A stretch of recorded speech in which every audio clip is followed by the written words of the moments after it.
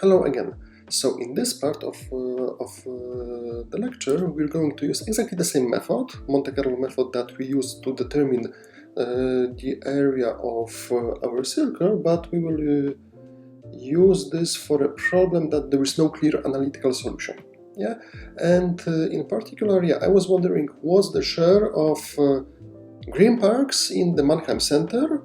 Yeah, and to study this, I visited Google Maps. I created print screen of Google Map for Mannheim city center. Yeah, and this screenshot can be seen here, and you can download this from this website. I hope that you can see this. Yeah, and then we will load this file to R, and we'll check how many what's the fraction of points in this screenshot that are green. Yeah. Okay. So that's the plan of this exercise. Yeah, and yeah, this is it. To load our map to R, we will use package used in bioinformatics. It's called EBImage or EBImage. I'm not fully sure. Yeah, but to install this package, you need to type those 3 lines of code that you can find on the website where I upload the code. Yeah, I took this code from the page of this package. Yeah, and so I type this. Yeah, and now I'm installing this. Yeah, so now we install this package, and we are ready to use it. Obviously, before using our new library, we have to load this to the memory. Yeah, it's loaded. And now, yeah, let's illustrate this with one example. Yeah, let's refer to some system file from this package. Yeah, using this command, we can do it. It's not essential right now to understand this. Yeah, and it's not, this function is not so important. But using this function, we are able to refer to some files that are hidden somewhere in our packages. Yeah, and now we use command with image f, yeah, because right now f is is the path to our file. Yeah, and right now we assign this. Yeah, we read this this file with read image, and now if we type plot img, then yeah, this is our sample plot. Yeah, that we loaded to the memory, and objects color figures in this package are determined by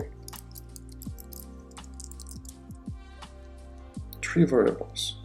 Yeah, and so each point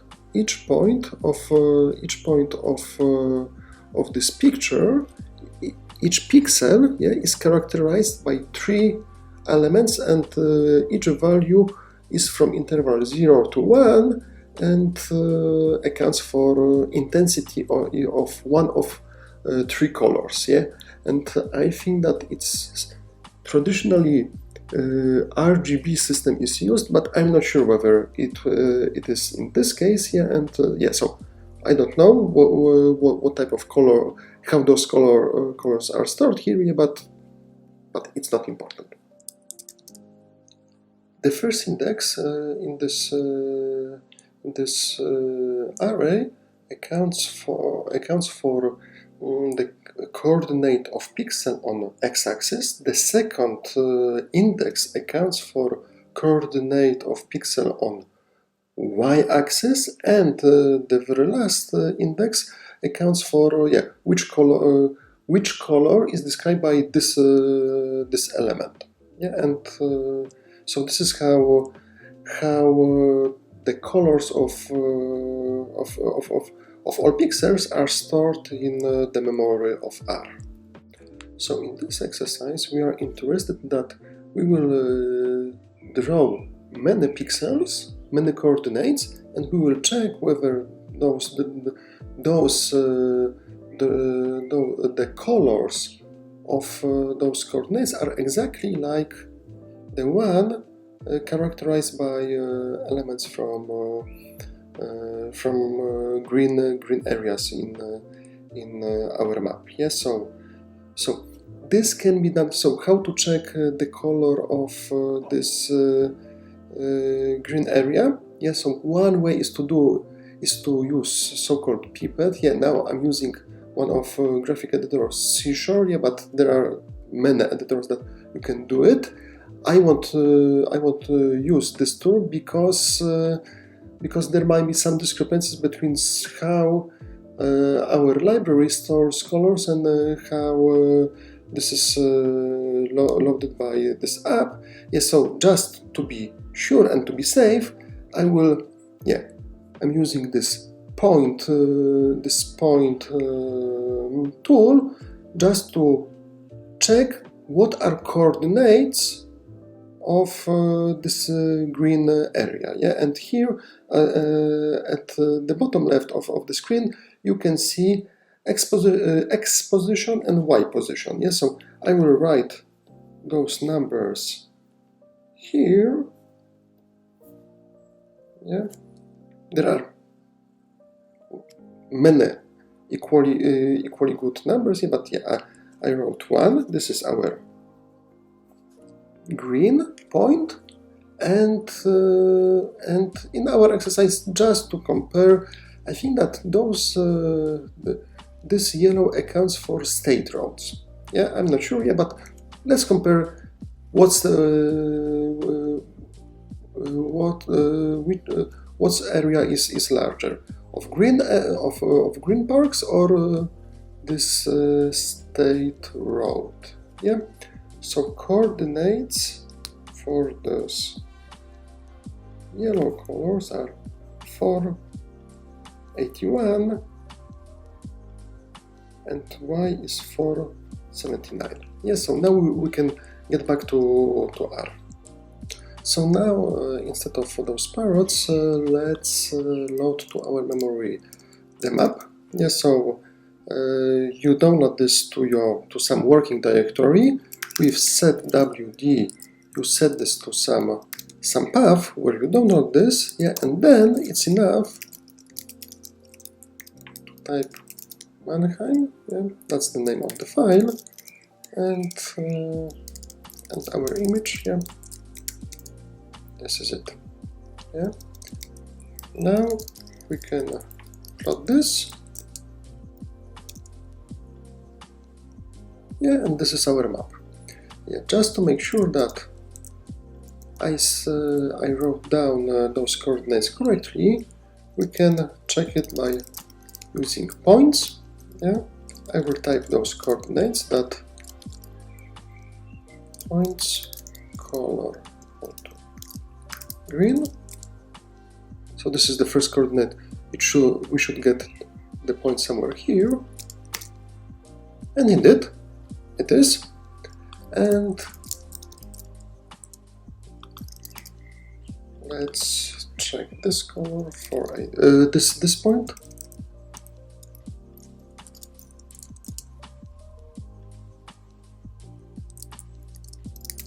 Let's change the style as well.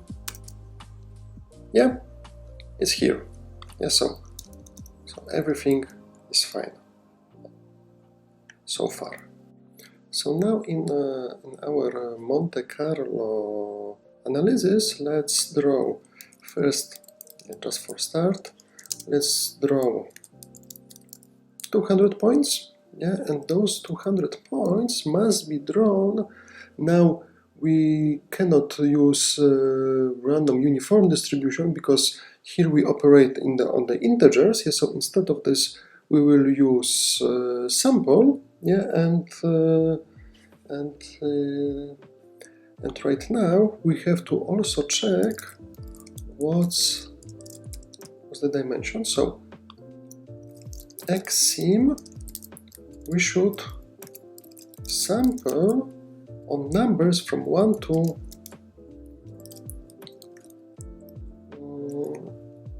2374, and we sample n elements. Replacement should be possible here, because in particular, we shouldn't exclude the possibility that there are few points with the same x but different y's, or even we can draw the same numbers, from time to time. Yes, so this is it. And second, here there should be 2156, and EBIsim. So now we generated those numbers, and now we can actually create a numeric vector. We can create vector of type. Let's call it ground type, and this will be, so first by default I will put none, and I will repeat this n times. And now in our simulation, what we have to check is whether drawn numbers are of the same color of either this point or this point. And if they are of the same color, then we have to change ground type for this element to either to green or to yellow. So this is what we're going to do right now. So now we can run our Monte Carlo loop, and let's see what, it was computed. So now we change types, hopefully, to see what's the fraction. So now we have 3 possible values for vector ground type, and if we use ground type table, it will count for us how many elements are of each type. Also, if we use prop table, so here we see that 4% of green of this area is green area, while roads are around 4%. But again, here n is super small. So let's do it once again. But before we do it, let's plot those points, those 200 points, because it will be easier to do it with a smaller number. Now we want to plot points of different types, and let's do it separately, because again, function points, this is low-level graphic function, and here let's plot only those observations, ground type, that are green. So using this, we chose those axes, and we have to do the same thing with EBIsim, and then let's use green color, green color, and let's see whether this works. You see that all those points that we drawn are indeed from this green areas. We see that some parts are missed, but it's because of the fact that we don't have many observations. And exactly the same thing we can do with what was road. So if this is row, here, if this is road, we plot it with red color, and we use second type. Okay, we see, and the remaining observations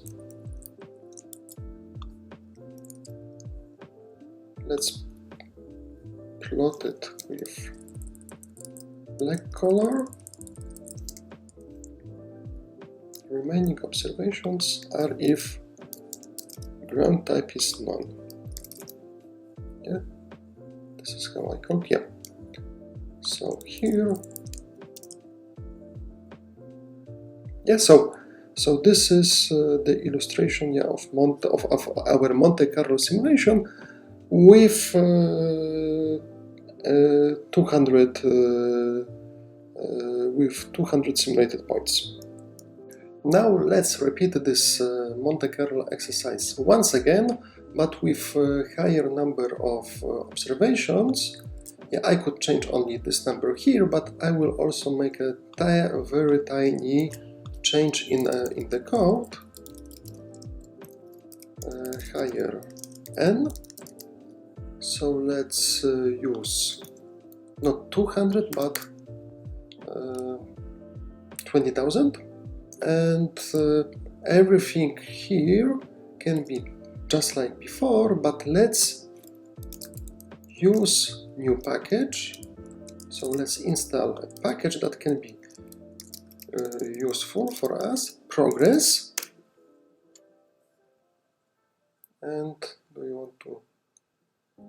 Yeah, so I already have this package installed. Yeah, so you can install this, yeah, and I will type progress.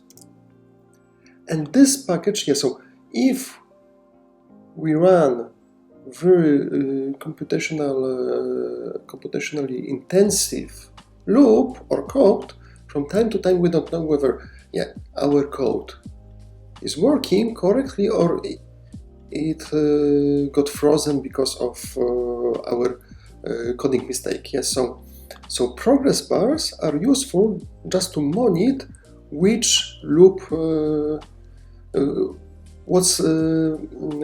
how many loops we are conducted for us. Yeah, and we could, one solution to do it, to monitor which loop is being computed now, it's just to print I, which is our iterator. Yeah, but we will use something more sophisticated. Yeah, so we will create an object, progress bar, and this progress bar is created here, progress bar $new, and here we provide how many loops are being computed. So this is necessary for scaling of our progress bar. And now, instead of this, we can type this object that we created, $tick, informs the package that this progress bar should be updated. Yeah, so right now, let's repeat this. Length of ground type. Now it's 20,000, and let's run this. Yeah, and now you see that here we have progress bar that, depending on which iteration is being computed, yeah, it shows what's the progress. Yeah, so now let's speed it up.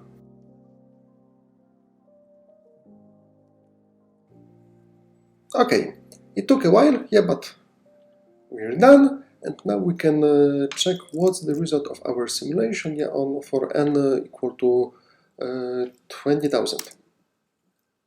Yeah, and here we see that for this simulation, green areas is merely 3.6%, while those yellow roads are almost 4.